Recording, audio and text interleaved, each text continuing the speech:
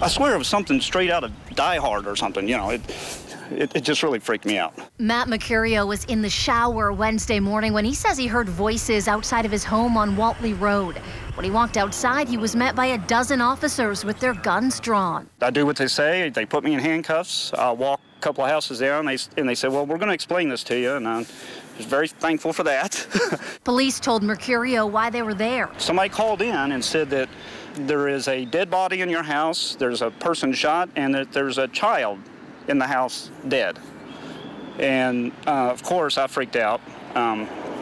Scared me instantly. LMPD says this was a case of swatting, which is when someone calls in a false report to get a police response. In these cases, the caller says there's a hostage situation, active shooter, or violent crime.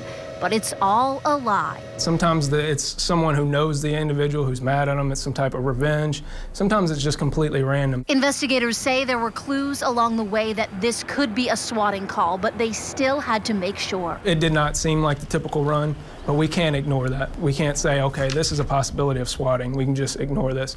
We have a responsibility to make sure that a crime didn't occur and everyone is safe. Mercurio told police they could search his house. They did and found nothing.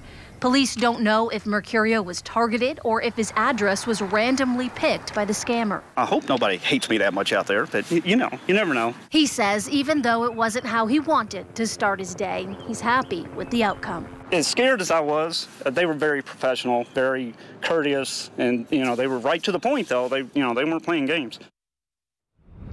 Police tell me there are local and state laws against swatting, including felony charges like wanton endangerment. Once they find the caller, he or she will be charged. Reporting live outside of police headquarters, I'm Carolyn Callahan, WLKY.